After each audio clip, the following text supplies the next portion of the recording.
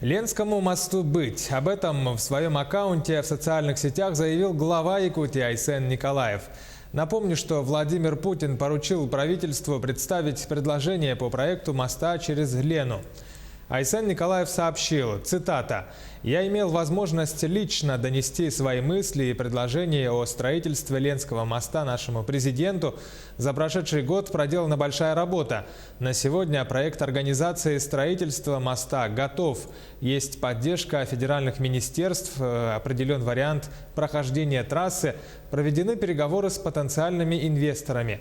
Владимир Путин отметил, что ситуация созрела для реализации и дал поручение председателю правительства Дмитрию Медведеву, который, кстати, всегда нас в этом вопросе поддерживал, внести свои предложения по реализации проекта.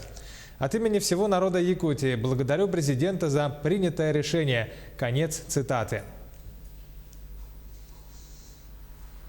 Новость о том, что президент согласовал строительство моста через Лену в Якутии, встретили с большой радостью.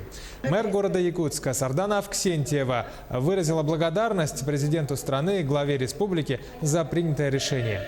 Не остались в стороне и жители Якутска.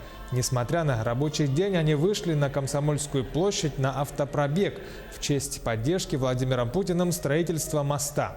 После автопробега якутяне собрались в спорткомплексе «Триумф» на праздничный осухой, который был инициирован сегодня после этой радостной новости.